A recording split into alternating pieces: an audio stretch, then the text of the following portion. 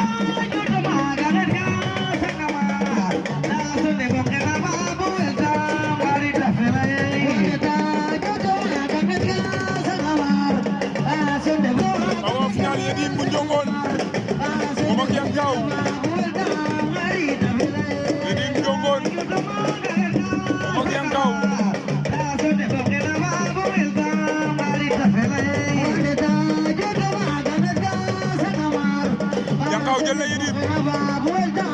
bañ na Yankaw jël na Yérim Yankaw ak Yérim Yankaw da ko yéen wala Yankaw de na ko do su waaw Yankaw daan na boy ba jëlal la ko ja Yankaw jël na poids léger nee na bi moo nekk 4e journée dans le